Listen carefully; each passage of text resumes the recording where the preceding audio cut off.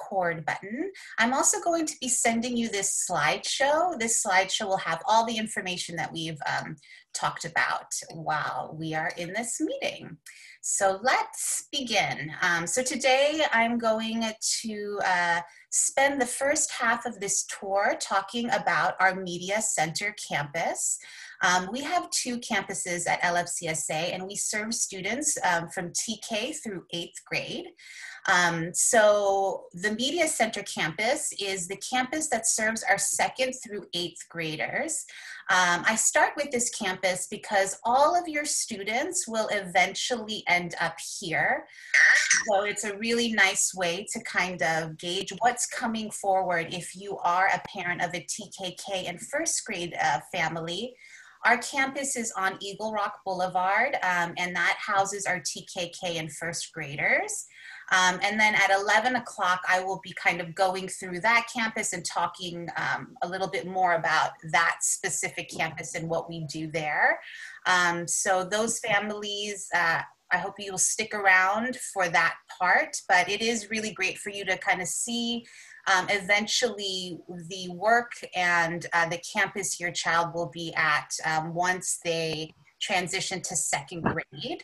The families that are just here for 2nd through 8th grade, specifically our middle school families, you are welcome to stay, to leave at 11 once we move into the virtual tour of the Eagle Rock campus, unless you have a younger student also coming in. And then you can stick around for the whole agenda.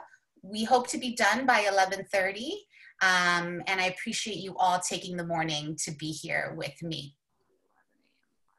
So to start off, I know that many of you are looking at various schools. You're looking at all different types of schools, and we're very lucky as parents. I remember being in your shoes not long ago when I was considering a middle school for my oldest child, and then about maybe 6 years ago when I was looking for a school for her when she was a TK.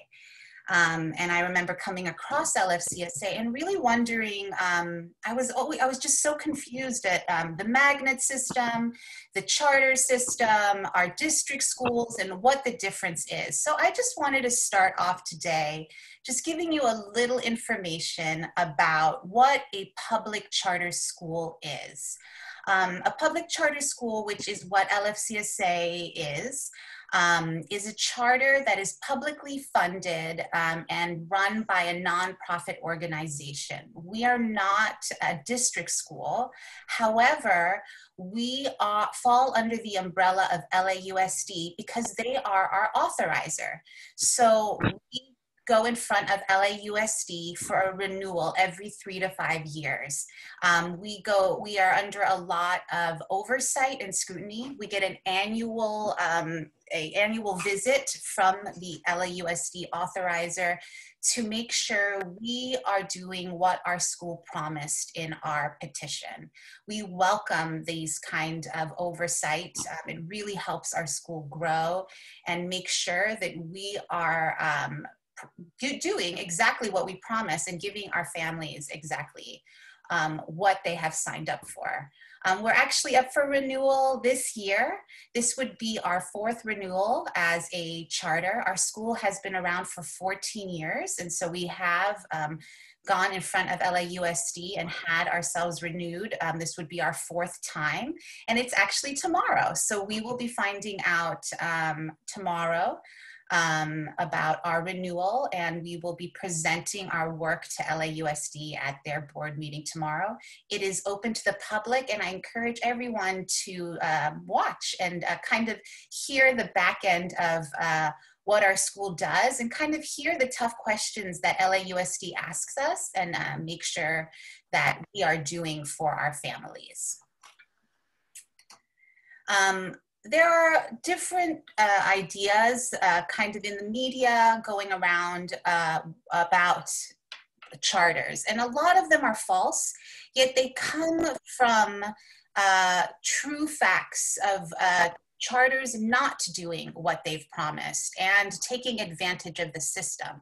So we don't want to dismiss what has been said about charter schools, but we want to make sure that families that are looking into our school and other charter schools are making sure that the charter they choose is following what a public charter is supposed to be doing.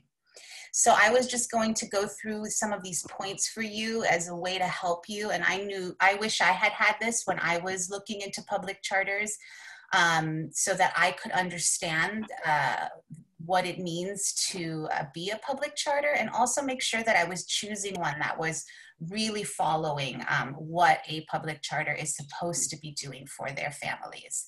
So a public charter holds a lottery, and it is open to all. Public charters do not ask for grades. They cannot ask you if your child has a special education accommodation or if your child is gifted. It needs to be a fair lottery where none of that information is part of how a student is chosen to come to our school. And later on in the presentation, I will show you how our lottery works and what are some of our preferences that have been approved by our LAUSD authorizer. We receive the same amount of funding as all public schools. So every child at our school gets the same amount of funding as your district school does. What's interesting is that where we choose to use that funding is different, and that is decided by our board of directors. Our board of directors are made up of a diverse group of stakeholders. On this group are teachers, parents, staff, and community leaders. And this year we have a student from our middle school serving on our board of directors. LFCSA, like I had mentioned, has been open since 2006, and this year we're having our 4th renewal. Our school was founded by a group of parents who wanted a education for their child that was rooted in arts integration and project-based learning. When they were looking for a school in their neighborhood, they could not find a school that provided that at that time in 2006. And so they decided to create this charter. Because of this, we continue to keep our parents as our main stakeholders, and they are always invited to be on any decision-making committee. So we have parents on our board of directors, on our site councils, and we have a very strong PTA. That is because our school is rooted on this idea that it was created by parents for parents. That is also why our name is Los Feliz Charter School for the Arts, because these parents came from the Los Feliz community. Unfortunately, at that time, and now actually, there was no real estate in that area to be able to hold a school of our size. And so we actually have never been in the Los Feliz area. Right now, our campuses are in Glassell Park and on Eagle Rock Boulevard, on San Fernando and Eagle Rock Boulevard. And we have never really been in the Los Feliz area, but the name came from this group of parents that had founded the school and lived in that neighborhood. That being said, we have decided that the name no longer serves our school, in that it does not really reflect us as a school. So we have set out to change our name, and starting next year on July 1st, we will become California Creative Learning Academy, and we will be calling ourselves Cal Creative. So as you are moving forward, if you are a family that is just here for information and not starting school in the upcoming school year, please remember to look out for Cal Creative when you are looking for our school. And then this is just a our mission and our vision, again, this is what we hold ourselves accountable to. So I'll give you all a moment to read this mission and our vision for our school. We also have changed this mission and vision recently to really reflect what our students and parents want for our school. Specifically, we added a lot about the social change and interconnectedness that is our new focus for our school in the upcoming years.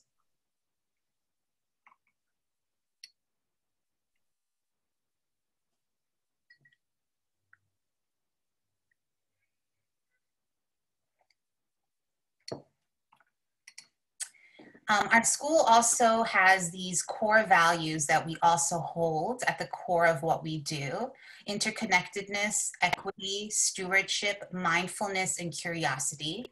And as I go through some of our students' work, I ask you all to kind of look for these things within our work. Every time our teachers create a curriculum or a school unit, they have all of these values in mind when they are creating the curriculum for our students.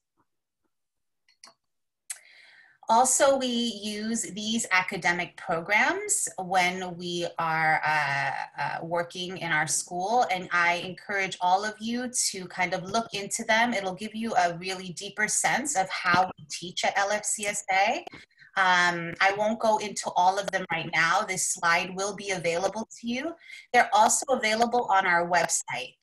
So if you would like to learn more, please visit our website under programs, and you will find a little bit of information about each of these academic programs that we use. I'm gonna just pause for one moment. I hear some people that are not on mute, and I'm just gonna go ahead and mute you. There's a little bit of feedback. Okay, that's better. All right, moving on. I miss our old school tours.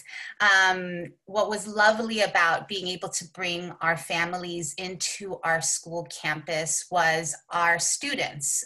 We really loved having our students show our parents around and have multiple stakeholders speak about our school, whether it was bumping into a parent in the hallways while doing the tours where they could talk about their experience, or seeing some of our teachers and having them talk about their experience, and of course having our students tell you personally what they love about LFCSA.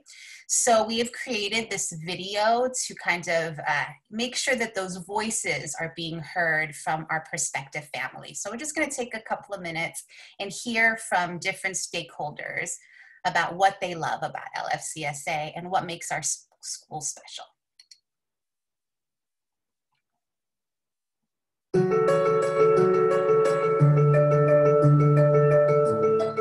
We're at Los Feliz Charter School for the Arts, and we're here to share about our program, how we provide an alternative and progressive education to students for their life.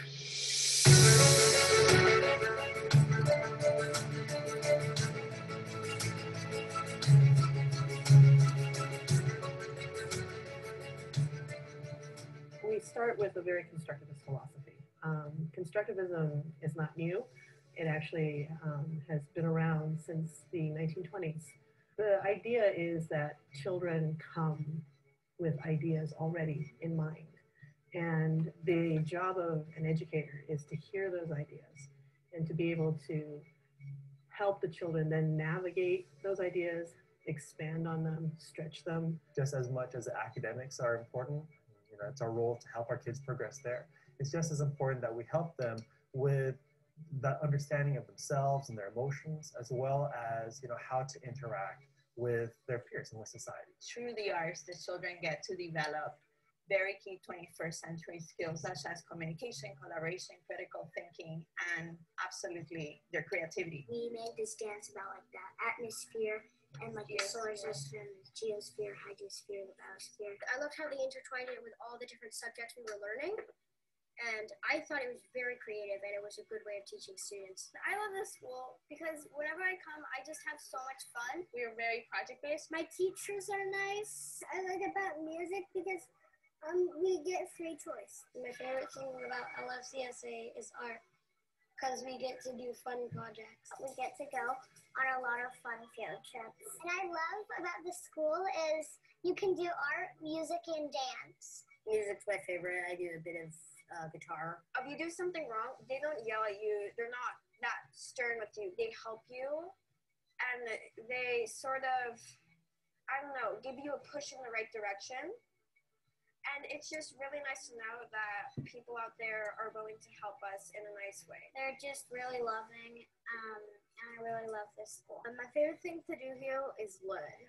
I've seen my two daughters who have gone here since they were in transitional kindergarten really blossom, not only as scholars, but as people. And I think that that's what makes LFCSA so special. I love the progressive arts integration of the school. I love the social emotional learning here. I love the whole child. Our staff, our teachers, our admin, our aides, and all of the parents are so dedicated to that mission. In order to provide a strong program of this nature, it really does rest on the teacher's shoulders. I think we're very fortunate to be at a school that is always looking for best practices, and they are putting their faith in their teachers and reflecting with them and helping them grow. Instead of teaching classroom text where everybody's reading the same book and some kids might be more engaged than others, we teach skills based off short stories. So we'll all read a common short story together and focus on one skill. And then students are asked to go and try that skill again in the books that they're reading on their own. Students are required to read about a book a week, and they're doing reading responses all during that time, all focusing on these skills. And then they can go back in and decide, oh, actually today I really want to work on character development instead of setting. Can I go do that? And generally the answer is yes. Ready, set. You know, it's dance and PE. They have it once a week. Both of these things are the best thing for your brain. Physical activity is really the best thing that you can do. It's a mixture of fun and taking it seriously, working out seriously, and having fun at the same time. I had a very shy child coming into this school, and now, he answers questions, he does stuff, he's really interactive, and I think a lot of it is the school has made him have the confidence and taught him how to be independent. Something that we start off with every day in the morning is what we call circle time. And it's a chance for our community to come together, and we basically do a check-in. And we check in on sometimes people are feeling sad, sometimes people are feeling happy, and it's a chance for them just to check in. We support each other if someone's feeling sad, they do the back rub, and we just allow ourselves to start the day off on a good note. I believe that this school is very open to how you feel. I mean, what's the catchphrase? You are my other me. That was something that we had borrowed from a poem by Luis Valdez. And it has to do with being able to recognize the value in somebody else. And in that poem, we talk about you are my other me. And I am who I am because of who we are. We're basically getting a private school education here in our public school. These kids have music, they have dance, they have art, they have PE, they have the most amazing staff that love them. If you love to be with kids, you can volunteer in class. If you want to help with the art specialists have help too. The idea that you can use the arts to wrestle with questions that might be difficult, that might have more than one answer. With almost everything we do. I mean, if you come to our school, you'll see we don't have desks facing forward. We have desks, all the kids are mostly looking at each other and talking and engaging with each other. Kind of loud. There's a lot of these here. Yes. And these. And these.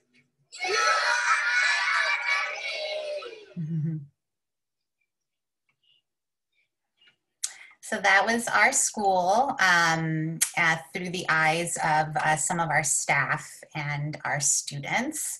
And you were viewing our our Media Center campus, which is located on San Fernando Road in Glassell Park. I hope one day to welcome you all onto our beautiful, inspiring campus. It was really created with our philosophy in mind. It was designed by a group of parents and architects, artists, and they came in and they really designed the space to lend itself to our idea that collaboration is key. What we find very important is not only that our students are learning the academics and the standard curriculum that they need to be successful academically, but we really put a focus on what is now known as 21st century skills. We have been doing this since our inception 14 years ago, where we believe that to make successful citizens in our world, we need to also be teaching collaboration, how to work as a group, how to deal with conflict, and how to be able to problem solve when challenges come up. And our whole building and all of our classrooms are designed with that in mind. And I will be showing a video a little bit about this specific campus. It was our first campus that kind of was designed with those ideas and values in mind. Here is an example of one of our classrooms. Our classrooms are really special because at the beginning of the school year, it starts as a blank slate. Our students come into a classroom, and with their teacher, they collaborate on how to set up their classroom to fit their needs. So the children will give feedback about where they would like their tables and desks to go. You'll find in every classroom there is a couch, there's different types of seating areas, so you can kind of see this student prefers to be sitting on the floor, on a pillow. There's couches, you'll see students sitting at desks. They've designed all of their desks with their own personality, adding details that make them feel comfortable and at home.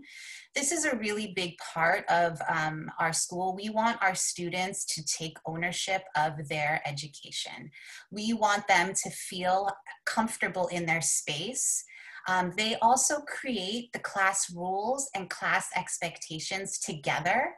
That way, when a student or a classmate is not following the rules or expectations, they feel like the whole class is responsible. It's not a top-down, the teacher makes the rules and the students have to listen. And this comes from the idea of how important collaboration is to our school and to society in general. So we hope that these kind of values will then translate when our students go off to the workforce and be citizens of our world. In order for this to work, we know that we need to keep our class sizes small, and we try to have our class sizes max at 25 students per classroom. We have a teacher and a teaching aide in every class, and that is from our TK all the way up until our 8th grade. Our students participate in music, dance, visual, media arts, theater arts classes, and these are per trimester.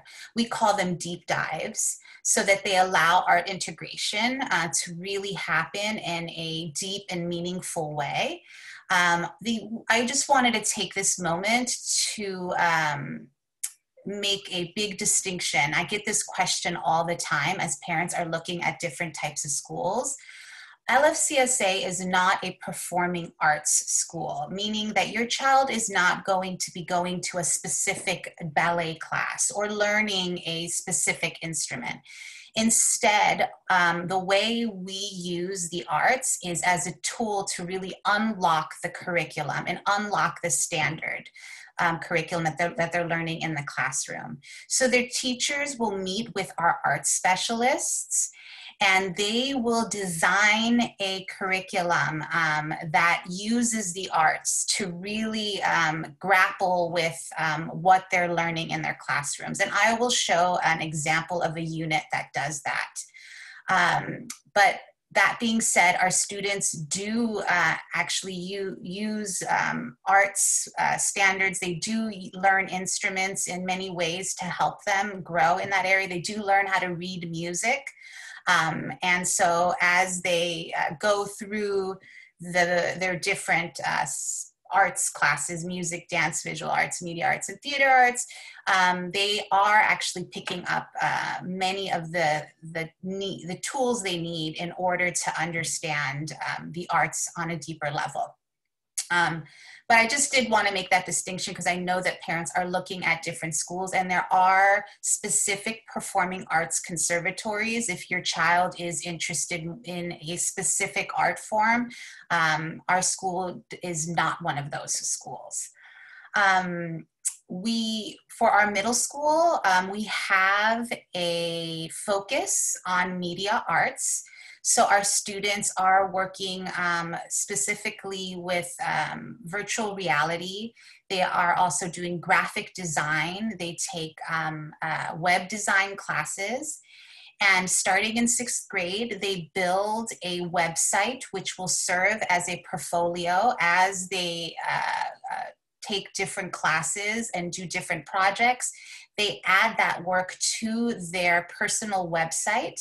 And then the idea is when they graduate from us and move on to a high school, they can use this digital portfolio of their work. And of course, it teaches them some very important skills that have proven to be a need in our new workforce. They know web design, they know graphic design, and then they are learning fun things like filmmaking and virtual reality as well. And I'll show you some examples of their work as we move forward. But a standard middle school schedule can be found on our website. So if you go to our website here and you can see the different schedules that we currently have for distance learning is under our distance learning tab. And then you can see all the different grade levels. So if you're looking at what our students are currently doing for distance learning, you can kind of see what the breakdown of a schedule is. It is very similar to our classroom schedule. So I would encourage families to have a look on our website under distance learning to get a sample schedule. But unlike many middle schools, we do not have electives in a way where students are choosing and then following a specific track.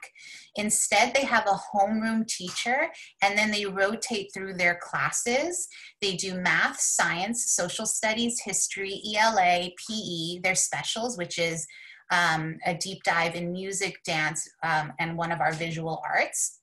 And then they have a social emotional learning class. We call it health, that they really delve into those skills, which I will also talk about later on in this presentation.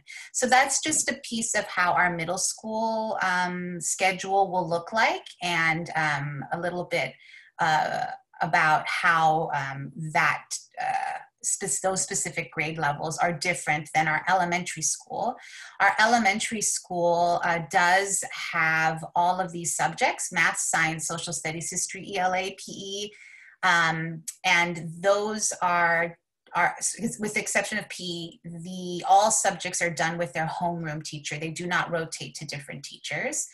PE and their specials are rotating. So they will go to PE, music, dance, and visual arts, and visit a new teacher for that. And that happens once a week for our elementary school students.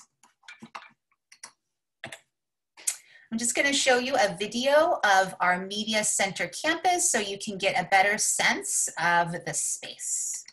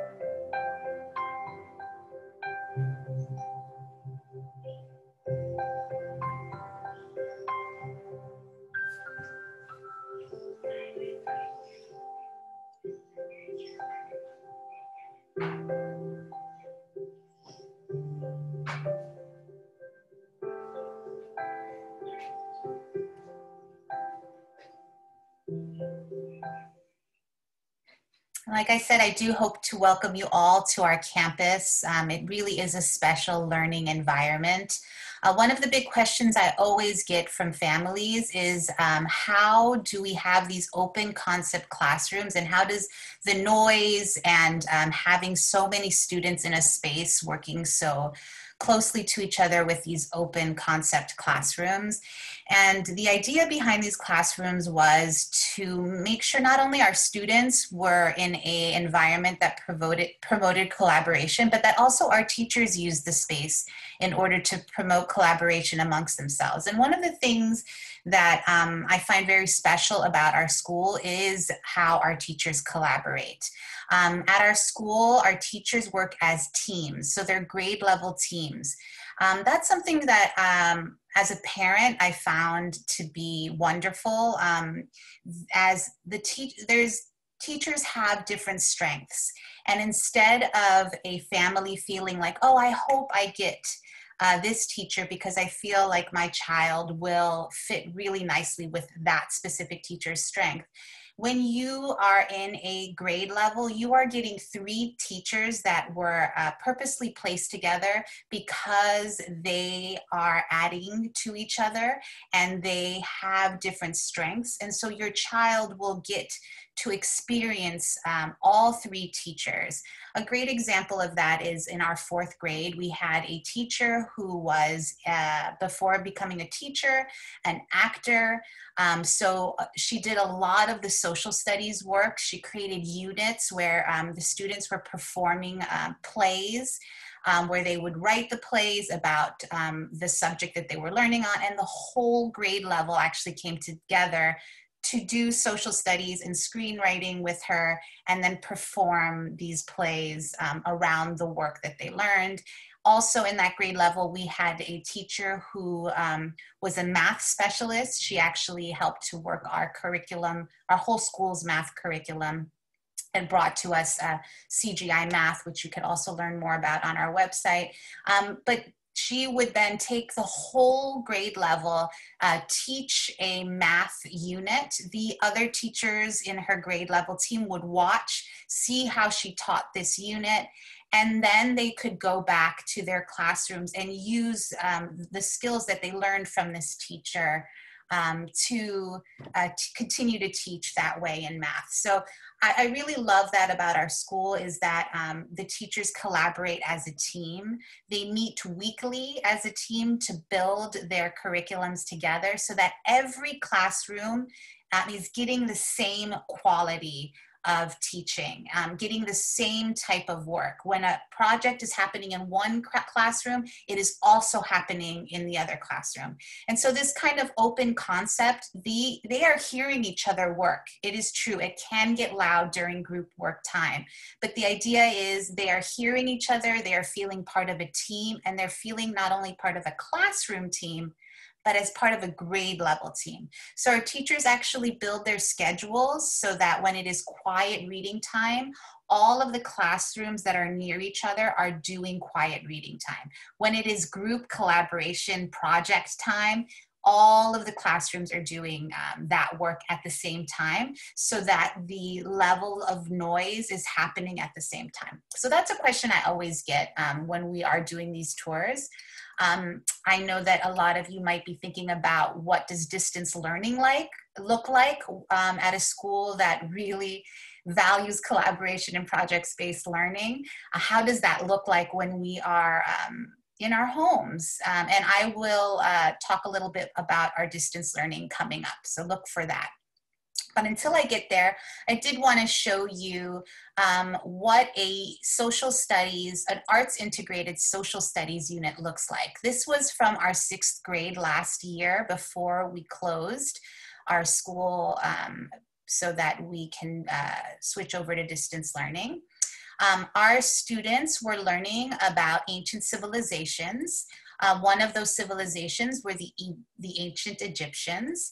They looked at what type of artwork the ancient Egyptians created, and they learned to decipher the symbols and the meanings in the hieroglyphics and a lot of the paintings that were found in ancient temples and pyramids.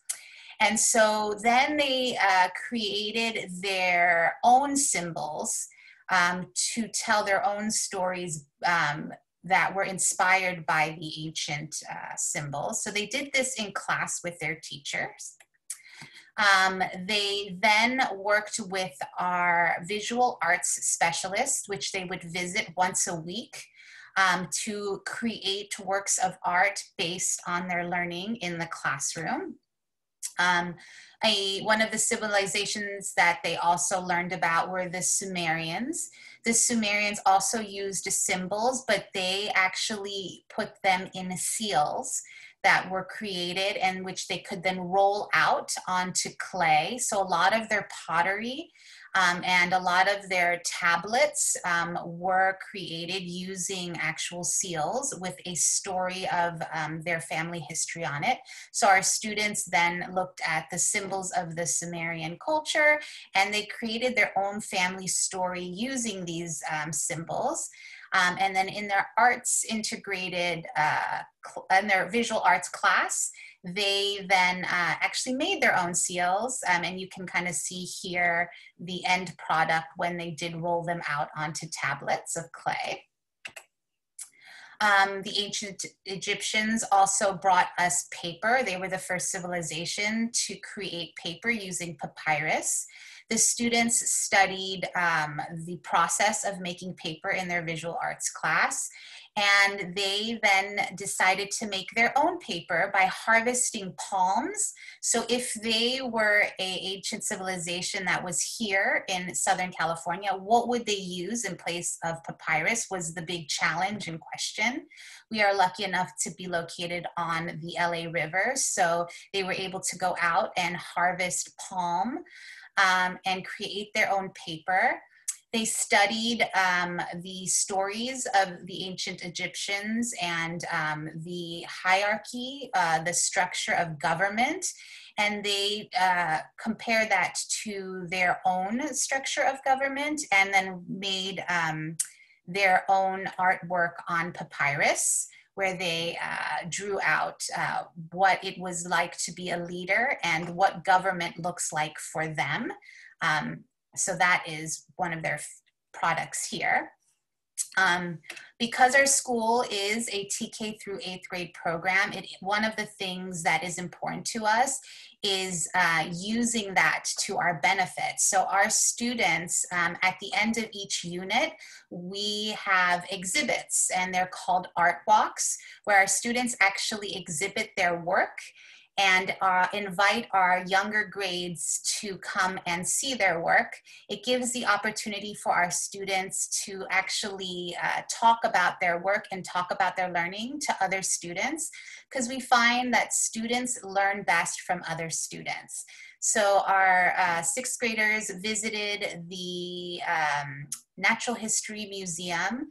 They met with a curator who taught them about what it was like to curate a exhibit at a museum. They learned tips from that person, and then they brought that back to school, and they curated their own museum and had our younger students visit.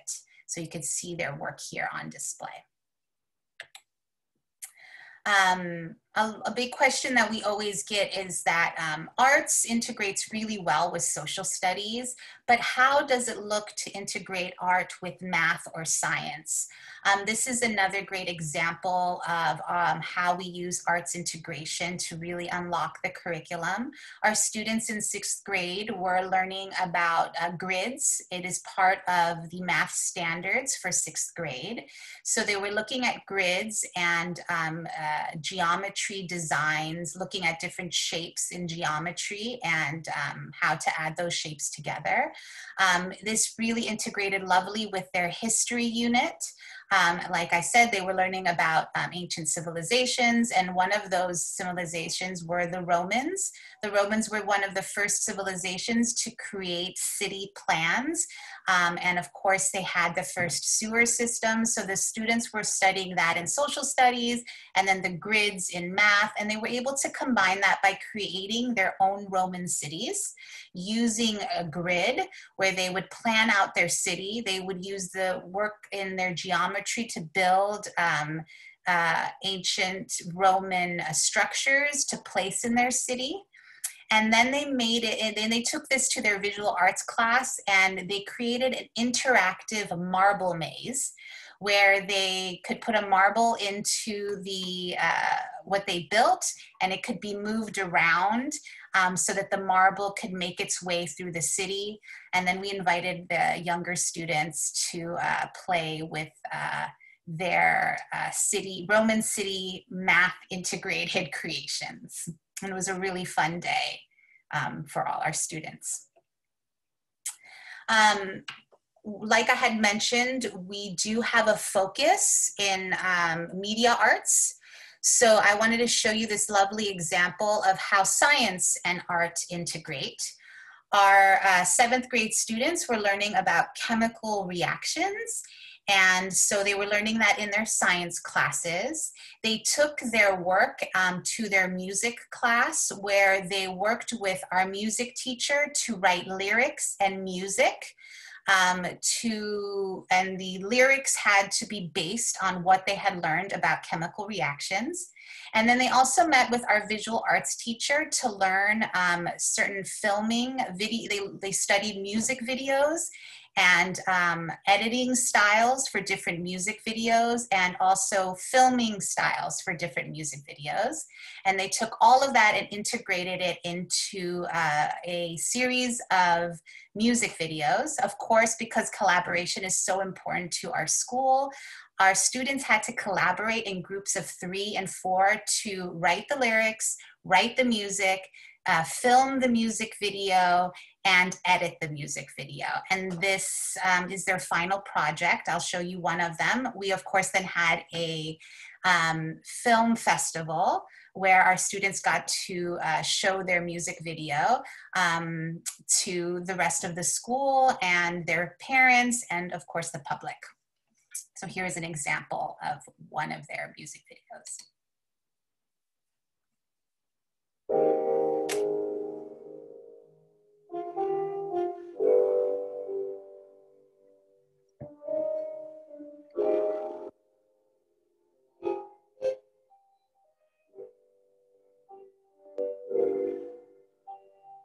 Reactants, products and chemical reactions. Just chilling in the class and make it happen.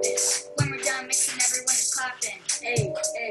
They was teaching us science, we're forming an alliance. We're out here in school trying to figure out molecules. Hey, hey. Hey, hey, hey. Now step back. Mr. Aguilar's coming with the new track. Miss Court's pulling up in a Cadillac. While writing a chemical equation. We're out here making it an occasion. And there ain't no sign of frustration. Focusing on the law of conservation. Hey, hey. Hey, hey. Atoms, molecules and chemical equations. Just chillin', making rhythm on rapid. We mixing up all the reactants. Hey, hey. Marissa's watching us, mixing up numbers, and my cat Sophie is scared of cucumbers. Hey, hey. Hey, hey, hey. Now step back. Mr. Aguilar's coming with a new track. Miss Court's pulling up in a Cadillac. While writing a chemical equation, we're out here making it an occasion. And there ain't no sign of frustration. Focusing on the law of conservation. Hey, hey, hey, hey, hey. Atoms, molecules, and chemical bonds don't get too close or they'll be gone.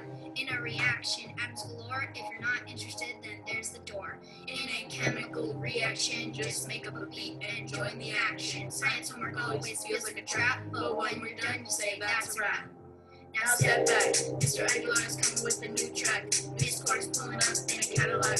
While writing a chemical equation, we're out here making it an occasion. And there ain't no sign of frustration. Focusing on the law of conservation. Hey, hey, hey, hey, hey.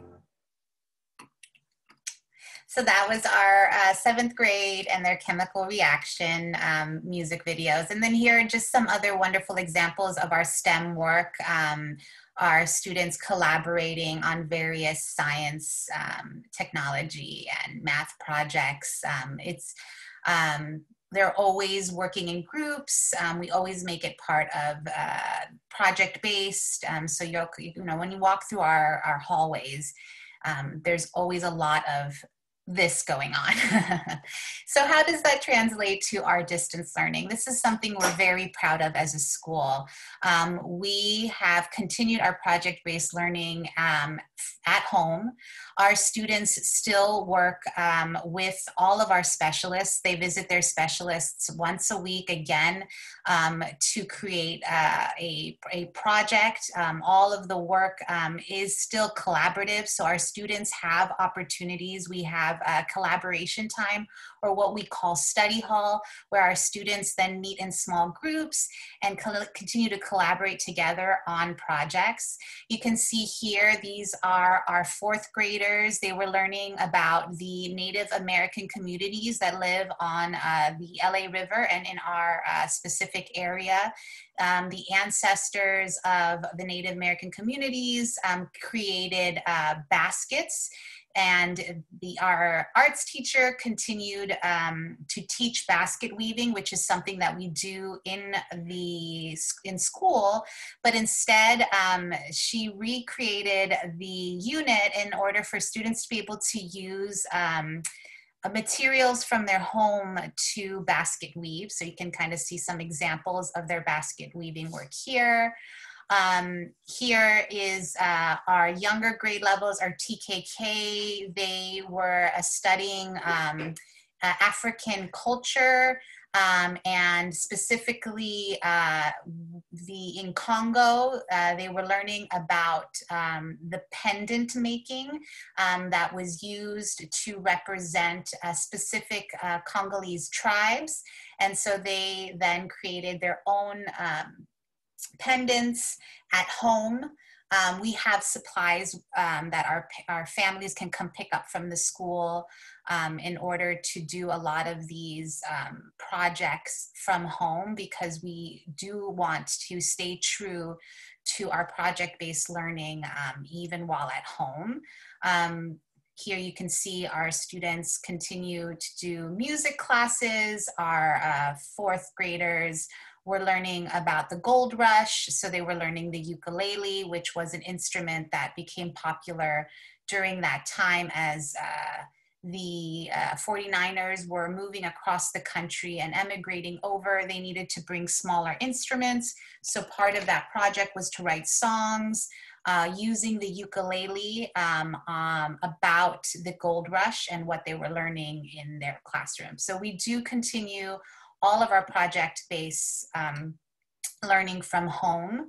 A wonderful example of that that was a really was a challenge, but our teachers really were able to pull it off, is our 4th grade, our 4th grade travels to a city hall every year. It is a project that we do called the Young Citizens Project. The city officials meet with our students and they give them a challenge.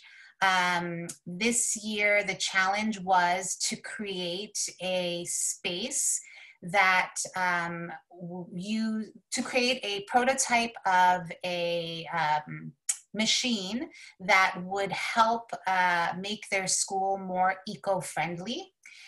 So that was the challenge that our city planners gave to our students. In the past, one of the challenges was to create a public park along the LA River that was inclusive and was open and inviting to the public. And then they went to City Hall and they presented their prototypes to city planners, and you could see that here. We've been doing this project for the past 4 years, and it's been a very important part of our school. It teaches our students leadership and civic engagement, and we were really sad because we were not sure how to make that work during distance learning. but our amazing teachers were able to teach our students a new digital platform in order to create their projects. It's called Tinkercad, and they were actually able to make 3D prototypes of the machines so that they could present to the city planners, and we did this all virtually. So our students, again, were able to work as teams. Through distance learning, they were still able to meet on Zoom, create their prototypes, and then present them to the city planners for feedback. And it was really important to us that we continue to have that opportunity for our students who look forward to our visit to City Hall every year. So that they were actually able to do this even though they were working from home. So I'm going to give you an example of their presentation to our City Hall for our YCAP presentation.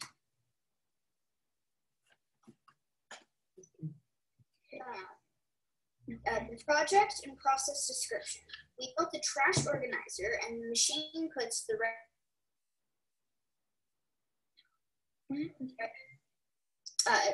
process of the right bin. The process was good and we had no big issues.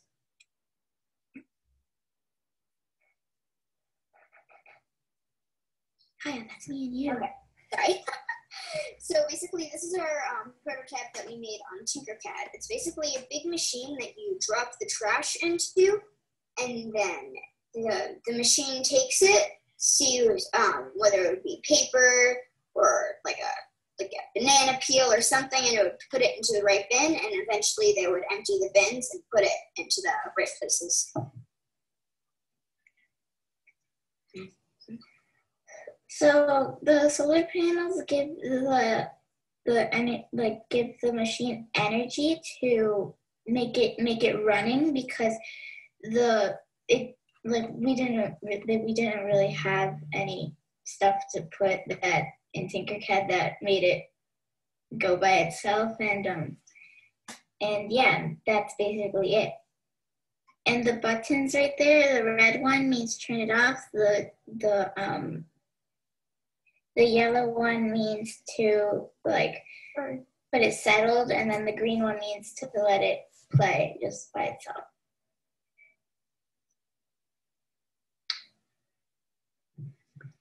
I just have to say, this is fantastic. This is fantastic. I'm an engineer, and this is exactly what engineers do. Engineers think up ideas like this to solve problems. They come up with a design, and then they build it, and they make it work.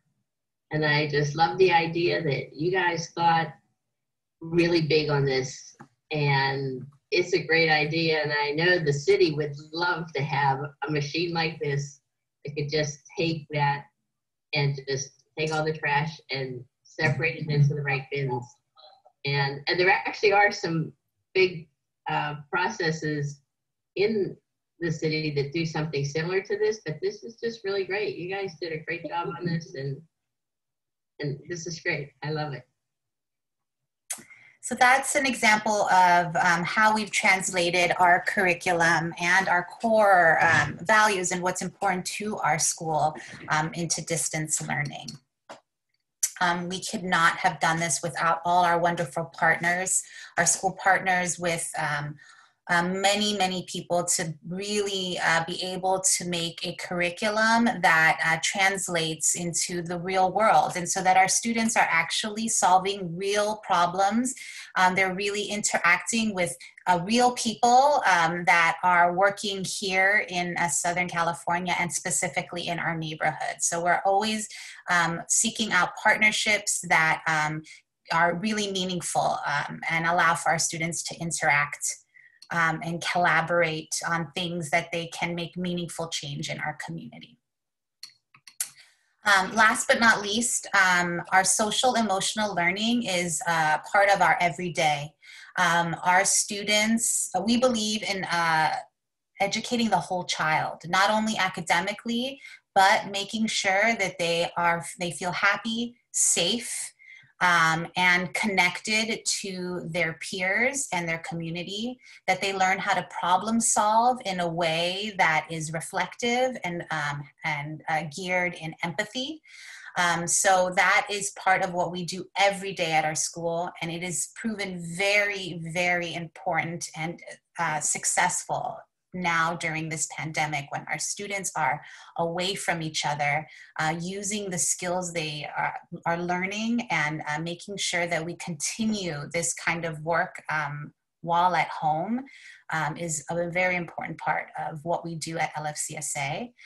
We do daily check-ins and community circles that happened in the classroom and during distance learning, where our students start every class with a check-in, making sure that they have the opportunity to express how they're feeling, let their classmates know what's going on. I haven't slept well, I lost a pet, I know a person who is sick. And just that allows for the whole classroom to get a sense of how everybody is feeling. So when a conflict happens, they have a backstory. They know, oh, I came in conflict with this person, but I remember during the check-in, they had maybe mentioned that, you know, they lost their pet. So maybe their emotions are very raw right now. And that is why they reacted that way towards me. We always encourage and teach the tools for students to repair with each other and their classrooms. We ask that our parents are part of that process. So when you join LFCSA, you may be part of a repair. So if a student comes into conflict with another student multiple times and that conflict continues to escalate, it is about bringing the families together to talk to each other. It is about finding out what is going on. Why is this child continuing to instigate and have the same conflict with the same student? Why is this behavior repeating? So it's really about coming together as a community and working together to help each other. You will never find in our school a situation where a student hurts another student or comes into a conflict with another student and that the one specific student is punished because a teacher or an administrator decided they were wrong. It's always about digging deeper, teaching our students the tools to ask the right questions and to advocate for themselves, to say, I did not like when this student did this to me, and I want to find out why they are doing that. So that is really a big part of our social emotional learning. It starts with our TK students. We teach them the tools, we call them cool tools, where they learn a specific language in a way to express themselves so that they're able to kind of decipher the challenge and be able to express what they liked and what they did not like about what happened, and how to explain how they're feeling. So we kind of have these very simple tools and language choices. So they'll say, that person poked me, I need my bubble space. So they talk about creating a bubble around themselves. Some people's bubbles are larger, some people's bubbles are smaller, and then really looking at, you know, I don't like my body being touched, where another person might be really into hugs or prefers high fives. So they're really learning these tools to be able to express themselves so that when they come into conflict, they have the language. And that is just as important as our academics to us. And then this continues all the way up until 8th grade, where it becomes a lot more complicated as students in our older grade levels are really looking at identity, who they are, how to express themselves, and how to respect others and how others respect themselves. And we do that with a lot of team building activities. Our older students go on field trips that are specifically designed to help build community, to help them reflect on who they are and how they want others to see them. You see here some photos of a field trip they take in 6th grade. They go to Joshua Tree. It is a camping trip It's a lot of team building, a lot of work where they are helping each other complete challenges out in the wilderness.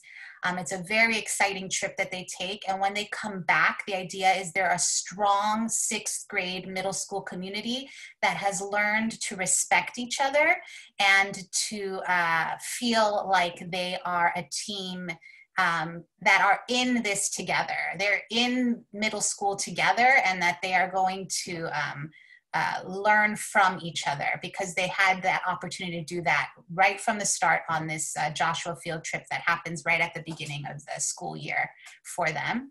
Here on the right, there is photos of a day that we call Challenge Day. It happens for all middle school students, and then the parents are also invited to be part of this day. It's a beautiful, emotional day where we have a team come in from an organization that helps students really look within themselves and learn how to express who they are, and then teaches their peers to respect who they are. We do a lot of activities and do a lot of kind of talking with each other in groups, and the parents are involved as well, because we, as I said before, and I will say over and over again, our parents are partners. We do not do this work in a vacuum. We really expect our parents to be involved members of our community and be involved members of their students' growth academically. And as you can see here, we offer a lot of opportunities for parents to get involved and be part of your school, your child's education. We have a lot of events. Down here we have a support group for parents run by Ruth Beaglehold. She is a parent educator. She works around social emotional learning and teaching parents that same language that our students are using. We want you to be able to use at home and do that same kind of mindfulness work at home. So we have workshops throughout the year for our parents to join, to really just talk to each other, ask questions, and things that you're struggling with your child at home. You're able to kind of have this space to share with other parents and kind of come up with different ways to support your child. And of course, we do those virtually now that we are working from home and learning from home. We also are very, very proactive. When something comes up in our community or in our world, we hold what we call courageous conversations. So when the recent murders happened with George Floyd and the police violence that was all over the media, we did not shy away from this conversation. Our students were bringing it to the classroom, so we felt it was important that we as a community talk and deal with that specific subject. So we started a series of monthly events called Courageous Conversations. This is just a safe space for our community to come and grapple with things like race, equality, violence, protests, Black Lives Matter, the LGBTQ conversation and what that means for our community and how our community members feeling and being treated.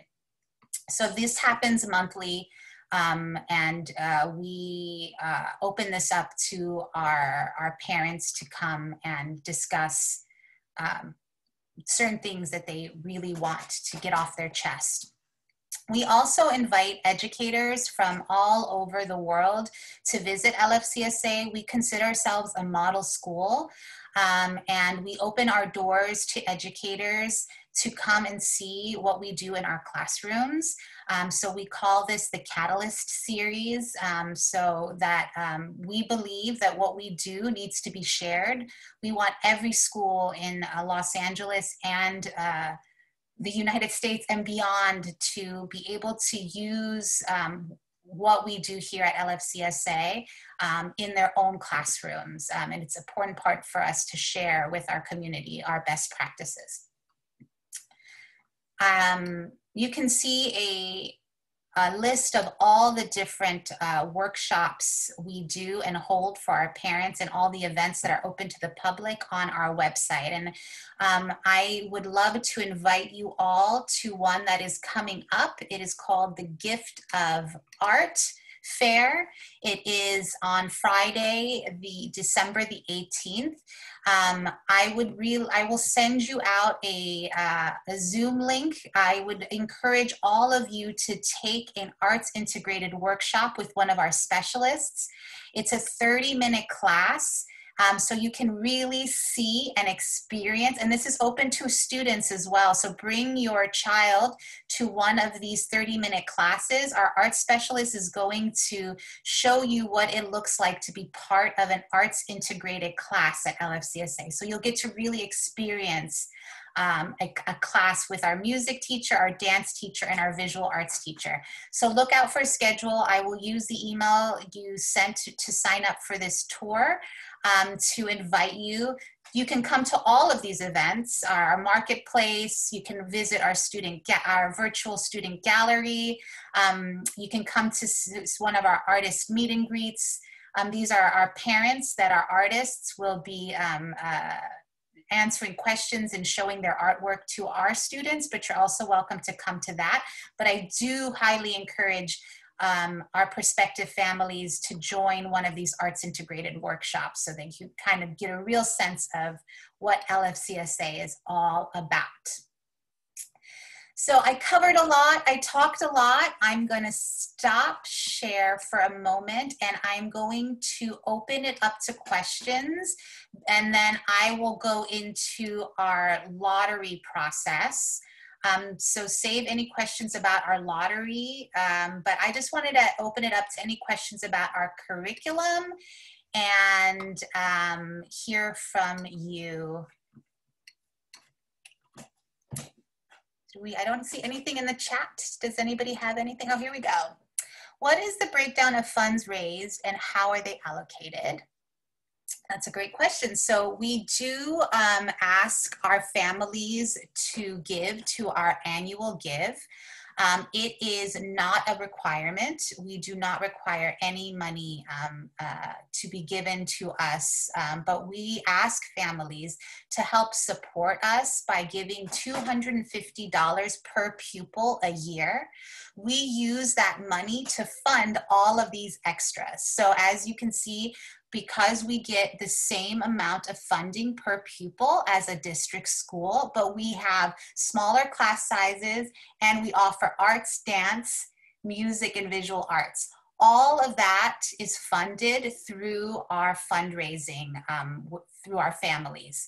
Our goal is $100,000 a year, and that is where that money is allocated. We also use some of those funds for our professional development for our teachers. So our teachers go to professional development over Summer Institute. It's a week-long professional development, and our parents actually vote for what they want our teachers' professional development to be. So if you're part of our site council, you get a vote in that. Last year, it was asked that our teachers take professional development at the Tolerance Institute. So they took a class about social justice and how to talk to our students about racism. So we did a week-long workshop with the Museum of Tolerance. And then we actually brought the looking at history within ourselves. It's also a group that came that really taught us on how to teach about equity, equality, diversity within our classrooms. So that is where some of that fundraising also goes to. It's a great question. Thank you for that. And then the next part is there currently a plan to incorporate anti-racist education in your curriculum? Absolutely. If you go to our website under You Are My Other Me, I can see if I can find that here for you. Under our social emotional learning, if you click under You Are My Other Me, you can see what our school is doing and you can read all about our anti-racism and inclusivity curriculum. We have a diversity, equity, and inclusivity team, also made up of parents, teachers, students. We have an equity audit that is happening right now to really help us in this area.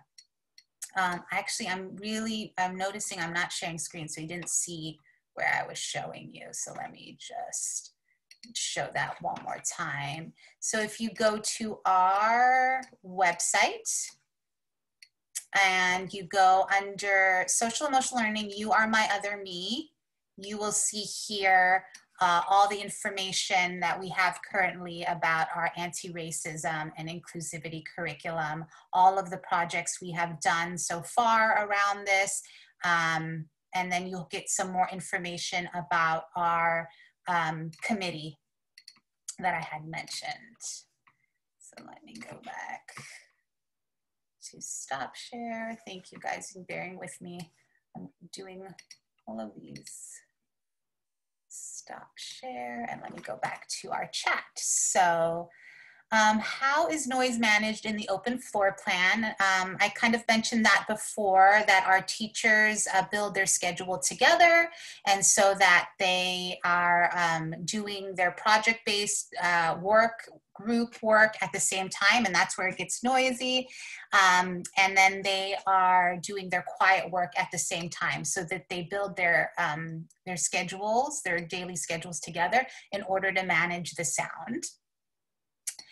In what way do you support kids that are struggling or excelling? So we teach for each student. We have small groups, so our teachers are always assessing our students, and they are learning at their level. So when a student, let's say something simple like reading, it maybe will be assessed, and you could see they may be reading at level B. And then another student in their same grade might be reading at a higher level, at a level E. The teacher breaks the class down into groups and works with each group based on their level and is trying to get them to reach the standards for that grade, so that each child is reading a book that is just right for them and being challenged at a place that's just right for them. So we're not expecting that child that is reading at a higher level to come down and read a group text that everybody's reading just because that's the standard. Instead, we encourage that child to keep at their level. They get homework at that level, they get classwork at that level, and then a child who may be reading at a lower level than is expected for their grade level, the teacher is working with them in small groups in order to lift them up. And that's just a very simple example using reading as to how we work with each child at their own level. That's actually will bring me to homework. A lot of people ask, what does our homework look like? Our homework is individualized. So again, we're working with each child with what they need. So homework should only be a way for parents to kind of engage and see what their child is doing in the classroom, and to help a child that might need more work. So if they're struggling with their math facts, a child will get that, where another student might not have that struggle, but they might need help with their sight words. So that child will be getting sight work homework.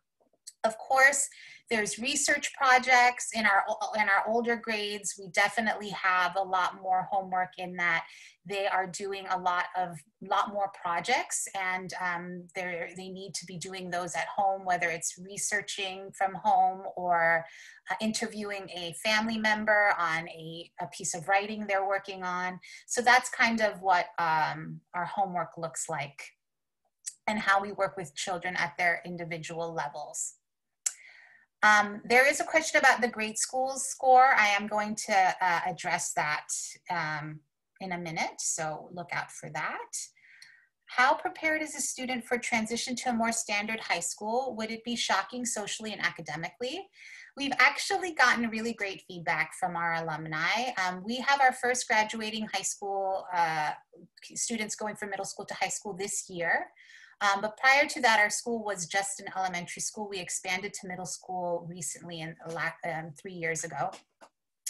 But we do have students that are alumni that went on to more traditional schools. And the feedback has been great because traditional schools are really seeing the same need for the values that we've always had at LFCSA. Collaboration, project-based learning is really growing in traditional schools. So our students are leaders in that area. And so we haven't heard anything about the transition being a shock to our students. Of course, socially, the way behavior is treated at a more traditional school can be top down at many schools, but there is a shift that's happening there too. I think our students may struggle a little bit because they want to advocate for themselves. They want to explain what was challenging about a conflict that they may have come into, you know, again, our schools are shifting. You might hear when you visit a traditional school, they speak about restorative justice. And that is something that LFCSA has been doing. And there is a shift towards that at our local district schools, which is exciting. And so our students are leaders in that area because they have been doing it since they have been here in TK. I have a question about, I know you mentioned CGI as an approach as your math instruction in the elementary grades. I also saw that you use open up resource curriculum in middle school. Is there a particular curriculum teachers utilize in elementary that supports the CGI approach? This is a great question. Yes, we do have a specific curriculum. I have to look at our slides to make sure I get it correct. We have changed our math curriculum recently. Context for learning mathematics is the answer to that one. That is what our students use, that is what our teachers use to support and utilize the CGI approach. I recently had one of our teachers record a CGI lesson. It's cognitive guided instruction is the type of teaching approach. And I will send it to our prospective families. I was hoping to have it ready for this tour so you could kind of experience what we call a math talk.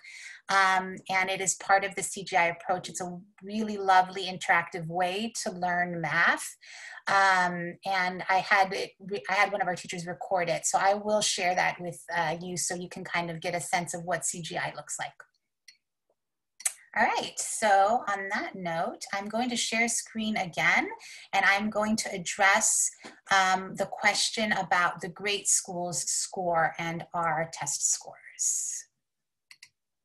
All right, back here. So if you are doing searches, as I'm sure many of you are, to try to find as much information as possible about a school that you're interested in, you may have come across the Great Schools website. This website looks at schools in different ways. They break down a school and give it a score based on their state testing scores, reviews from parents, and how the school is addressing specific groups of students. Our free and reduced lunch, which is our low-income families, our English learners, and our special education group. Sadly, the last 2 years, our score has been a 3, which is not a reflection of our school by any means. We have written to Great Schools and have asked them to include this statement for families to really understand why this huge drop in our grade that they have given us in the past. Unfortunately, they refused to put this statement. So I will be sharing this out on our website and to prospective families so you can get a better understanding of why this unfortunate score for our school. So what happened is in 2018-19, our school takes the standardized tests. It's the state tests, which these scores, which are reflected in the scores that sites like this give to schools. When you take that test, you have the ability at the beginning of the school year to perform a practice test. So our third grade teachers usually give a practice test around November to kind of help our students get acquainted with what the test will look like, kind of learn how to navigate the computer system. And the kids have absolutely no preparation for this test. They actually haven't even learned all of the things that are on the test at this point when they're given this practice test. Sadly, two of our third grade teachers unfortunately gave the real test instead of the practice test at that time. So 2 of our 9 classes took the test in November. We reached out to the summative assessment team and explained the error that happened. And we had a choice to either accept the score as it was or to get no score that school year. And so that is what you are seeing. The score, we decided to not do a voided score and to accept that score. Knowing that in the following year, we would retake the test and our scores would rise to the level that we expect from our students and that we have shown in past years. As you know, 2019-20 came when we were supposed to take the tests again, and COVID hit and our school closed and no school took the summative tests last year. And so now we are stuck with our second year with these low academic scores. Our teachers are very saddened by this because this is not the standard of our students. We know it. It brought our scores down significantly. And we have to wait until we return back and they are giving the school tests again, the state tests again, in order to give our students the scores and so it can reflect their academics. That being said, one, our teachers continue to do assessments. We do what we call MAP assessments, where we are tracking our students' progress and we are seeing that they are reaching the standards that we've had in the past.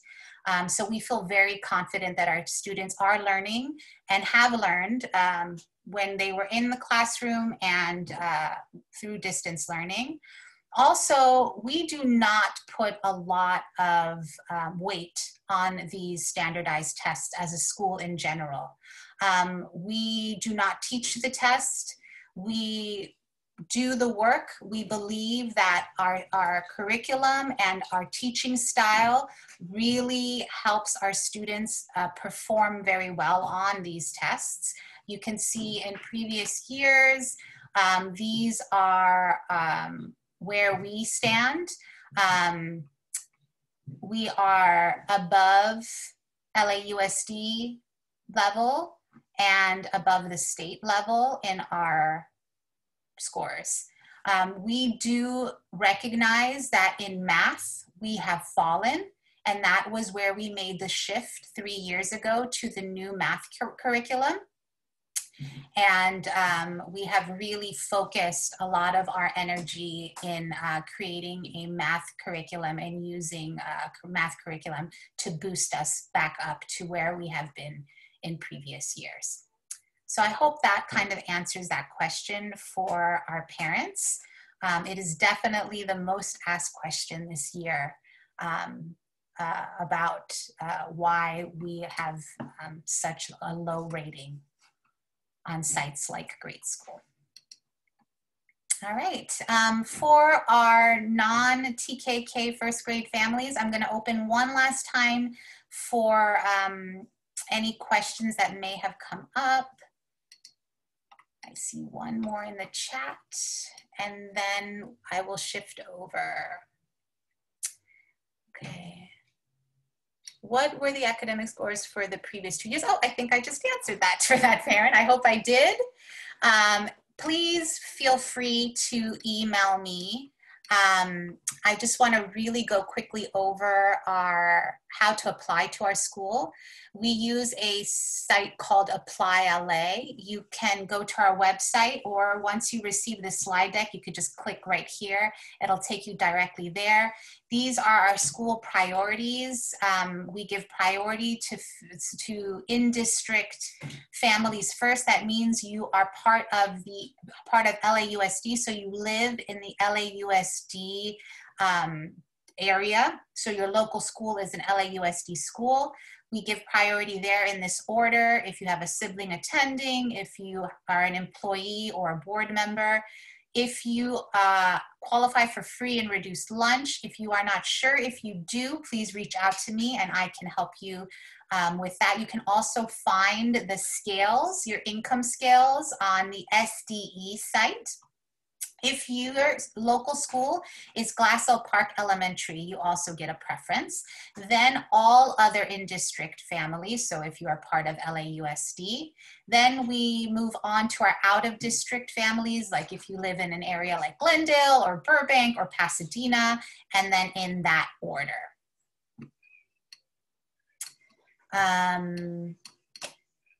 I'm gonna leave you guys that are leaving now. I know our upper grade families are gonna take off. I just wanted to let you know that I have been in your shoes.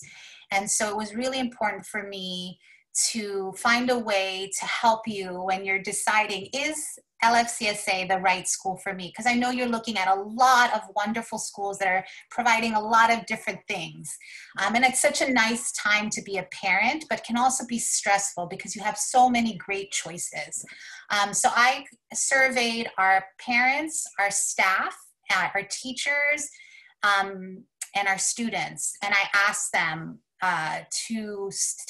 what would a parent who is interested in LFCSA need to know about our school and when they're choosing if this is the right school for them. So this is what they responded. If you are looking for a school that focuses on teaching the whole child what we call the art of being human, then LFCSA is a school for you. If you believe in strong academics are equal and as important to you as curiosity, collaboration, and creativity. If you're wanting to be involved in your child's education and be invited to participate in their academic and social emotional growth. If you want to be part of a strong, inclusive community that is working to inspire change in our community, our city, and our world. If you want to be part of a model school that is disrupting education norms, educators from all over the world, as I mentioned, visit our school. We offer a yearly education conference, educators' days, and professional development workshops to our teachers and other teachers and educators. So as you're thinking about, is this the right fit for you? I wanted to leave you with those. Thank you so much for coming. And then for the rest of us, I will jump into our TKK first grade. Our TKK first grade campus was recently moved to this beautiful campus off of Eagle Rock Boulevard. Why we moved our younger students here is that the space, which is right behind me, is an open space that is really wonderful for inspiring creativity, collaboration, which is important, but our younger students were finding it overwhelming. We ask our students to be free to sit where they like, to find a space that's comfortable for themselves. But then we would say something like, see that imaginary door over there? You can't go out that in order to keep yourself safe. And our students were struggling with those kind of directions. How can I be free to move around and experience school, but yet have these imaginary boundaries that are really hard for younger students to follow through on, especially since a lot of our TK and kinder students have never been in school before. So we wanted to find a space that the classrooms had closed classrooms where the teachers could really focus on teaching our students how to collaborate, collaborate, how to follow rules and expectations that they're going to have when they move to the bigger space, how to transition to all their specialist classes. So this new campus still has our studios, but they're enclosed in little bungalows. And we wanted a playground where our students can really experience being out there with their peers, playing, coming into conflict, and having the opportunity to do real social emotional work and teaching these tools in a space that's dedicated to them. So our playground specifically was designed with that in mind. Our teachers our students here have a 50-minute extra playtime on top of their 30-minute lunch recess that is dedicated to play. And our teachers are out there with them. Our teachers and aides, it's considered a class where they're playing and they're coming into conflict with each other, and our teachers are able to come in and have them really work on these tools and language that they learned and have repairs in real time so that they can practice and really be able to use those. And we find that play is where students learn the most, especially around social emotional learning. So that's why it was important for us to move our younger kids to this campus. And I'll show you a video of some of this campus.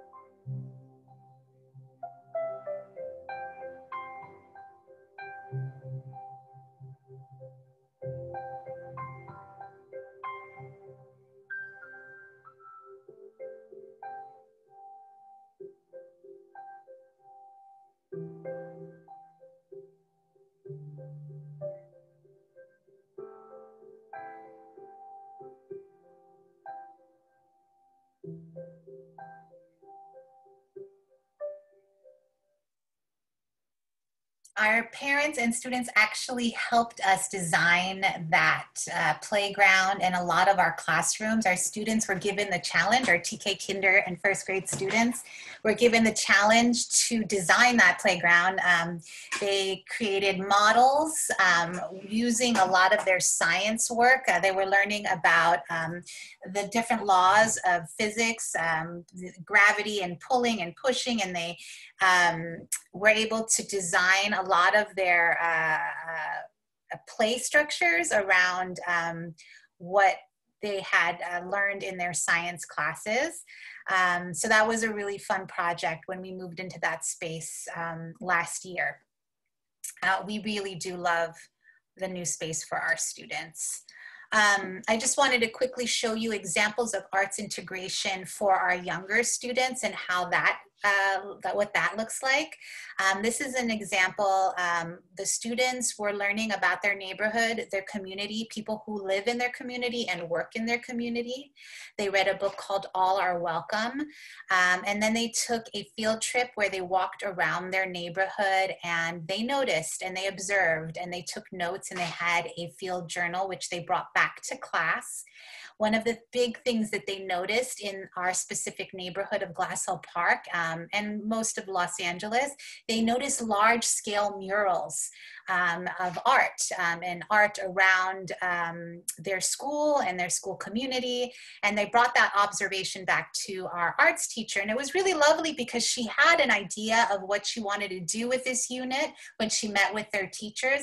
But because the students had made this strong observation, she actually changed her curriculum to reflect that in the arts class. And so instead of just doing what she originally wanted to do, which was have students draw self-portraits of themselves, which they did. So they drew a self-portrait of themselves, and then they met with people in our community and they drew pictures of them, portraits of them. But they also met with their classmates and drew pictures of their classmates. And the idea was their classmate then was going to draw a picture of them. So they would have their own self-portrait and their classmates' version of them next to each other. And that was a way to really look into what it means to be who you are. There is your identity that they drew for themselves. This is what you look like to yourself, but also it's what other people see and how that can actually be harmful, but also could be a positive thing. So there's things that you might not see in yourself that others see about you. It could be, and they really discussed in deep conversations how that can be harmful, and it has been harmful to big groups of people that are judged based on how others see them and do not have the opportunity to really express their own identity to the world. So that was her original plan, and they did that. It was a beautiful project, which you can see some of the work here. But because the students had started noticing these large murals when they went on their walk, and it was something very exciting and that they all wanted to talk about, they took these designs and created their own large-scale mural that we placed over the lunch tables. And you can, it's still there and it's viewable. And then the students were able to have their own large-scale mural that matched the ones in their neighborhood. Of course, our team took it to the next level. We have an artist in residence program where we invite artists, local artists, to work with our students on projects that they might be working on. They are allowed to use our studio space at our media center to work on a project. They're given that space for free. In return, they work with our students in the classrooms. So we were able to actually find a muralist to come to our school and work with our students to make a mural on our building. Our students designed this with the artist, and they actually helped her tape up the piece, like the different sections. And so when she painted, they were then able to take the tape down. So they actually got to watch her during the week she was there making this mural. And this was all inspired by them. It was completely something they saw, were inspired by, and then our teachers and staff took that inspiration to create a whole curriculum around this mural art and our neighborhood. That's a really lovely example of how we want to foster a love of learning at our school, specifically for these lower grade levels. This is the first time they're leaving their homes, the first time they are going to school. So what we find more important is that they actually love it. They feel that this is the ownership of their education. They feel like they're an active part of what they learn.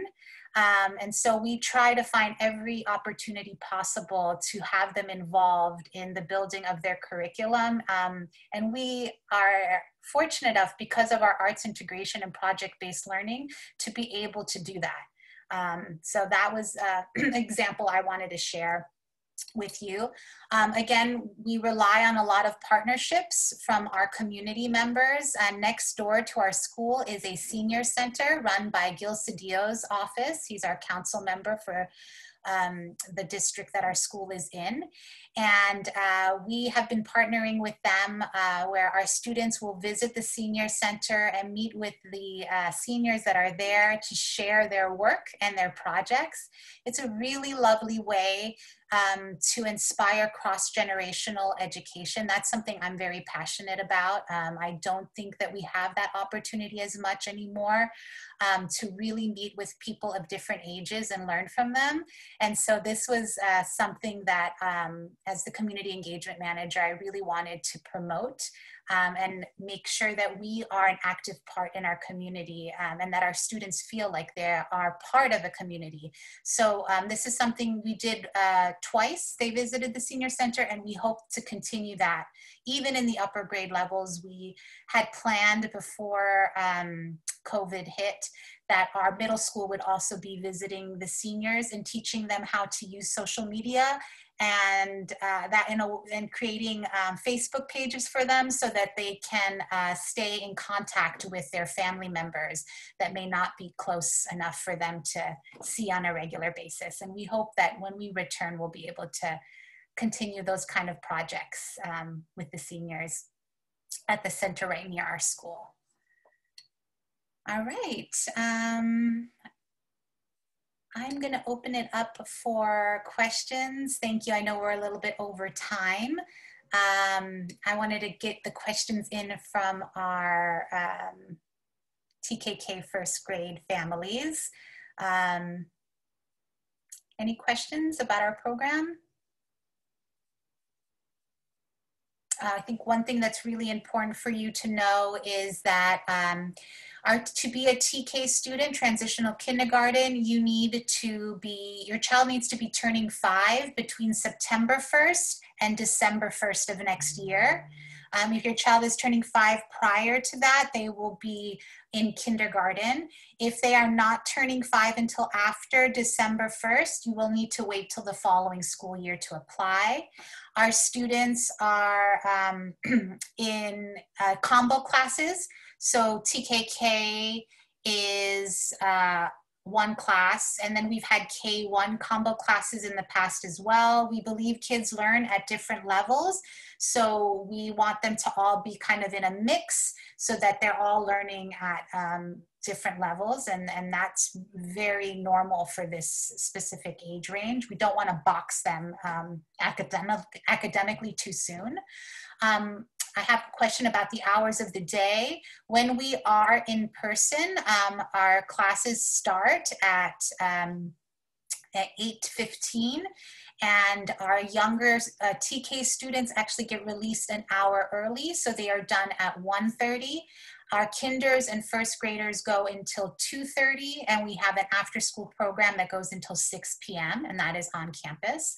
For distance learning, it is a similar schedule, but we understand that distance learning is very difficult for this age group. So our teachers have been working with our parents to adjust the hours so that it works for our working families, specifically our families that are working from home. We do continue the same project-based learning during distance learning. They are not on screen all day long. We have what we call asynchronous times for our younger students. And again, you can see the schedule for our distance learning on our website. It's again, if you go under distance learning, you can see a sample schedule of what distance learning looks for our younger students. Again, we did a lot of surveys with our families, and we have been consistently adjusting our distance learning schedule based on their feedback. We know that this is a really, really tough age to be at home. We feel for those students. Interacting with their peers is such an important part of educating the whole child at this age. So we know it's a work in progress, and we're hoping that distance learning will not last much longer so that we can get these kids back in school, because we're seeing them struggle the most. I have a question about how many students are there at the TKK campus. We have 75 students per grade level. Currently, we have 150 kids at that TK campus. We are not at full capacity, so we have definitely considered opening another TKK classroom if we have families that are interested in our program and our wait list is long. We can accommodate 2 more classes, which would be another 50 students, bringing our capacity to 200 students at on that campus. We, of course, want to keep our grades small. We actually try to cap at 21 for these grade levels, but we'll go up to 25 if we have families that are on the wait list and want a spot. Again, there's always aides in each classroom along with the teacher. I have a question about my child's birthday doesn't allow him to go to TK. How best to prepare for the transition with kinder during COVID? Preschools don't seem the best right now. I understand that's probably a really difficult thing to think about for our families. I guess preparing for the transition, it's hard because we don't know what school's going to look like next year. So are you preparing for a distance learning program? Are you preparing for your child to go back to school? I would keep looking on our website. We have a resource center for families. It's called COVID Resources on our website. We have been providing different resources, including transition workshops for our families. It changes consistently based on whether we're going to go back to hybrid, if we're going to go back full, are we going to stay distance? So those resources will change. You're also always welcome to email me and ask any questions you need about transitioning your child next year. I have a question about Apply LA has the option to apply to LFCSA for this current school year. Can you please confirm if that is also an option? Absolutely. If your child is eligible to start kinder or first grade this current school year, you can apply via Apply LA. If there is a spot available, you will receive an email pretty quickly to offer you a spot, and you can start this school year. My daughter turns 5 late August, so she just makes the cutoff. Would she definitely have to go to kinder, or could she possibly be TK? Well, like I said, the nice thing is our TK-K class is a combo class. So it'll be nice. Students that are younger that are starting with us find this to be really nice because they are with students that are closer to their age group. And we will continue these TK-K combo classes next year. If your child is academically progressing at a level which would bring her to a kinder level or even a first grade level, that is something you can discuss with your teacher to see if she will continue on that track, maybe going from kinder to first, or maybe if she's a TK, can she then be promoted to kinder in the later years? That's something that you would discuss with your teacher as they kind of get a chance to meet your child and see if they're socially, emotionally ready to progress to first grade, even though they are at kinder age. What are the fees for the after-school program? We are currently charging $15 per day for our after-school program. However, it is on a sliding scale. So you can turn in an application for your free and reduced lunch application. Will allow our after-school staff to adjust your price based on your income level. Who is the after-school provided? Who is the after-school provided? Is it free or paid? It is paid. It is provided by our team of after-school specialists. They are teachers and teachers' aides that work for our after-school program. It goes from the moment your child ends school until 6 o'clock. You can pick up earlier if you'd like. It has clubs. There are different activities based on your child's age. So at this site, it is on site, our after school program. So all of the activities are geared for TK-K and first graders. We have Spanish club, we have robotics, we have a theater club. Some of these are extra pay, or you could just pay for that specific club and pick up your child after school, after their club is over, and not pay for the actual after school program.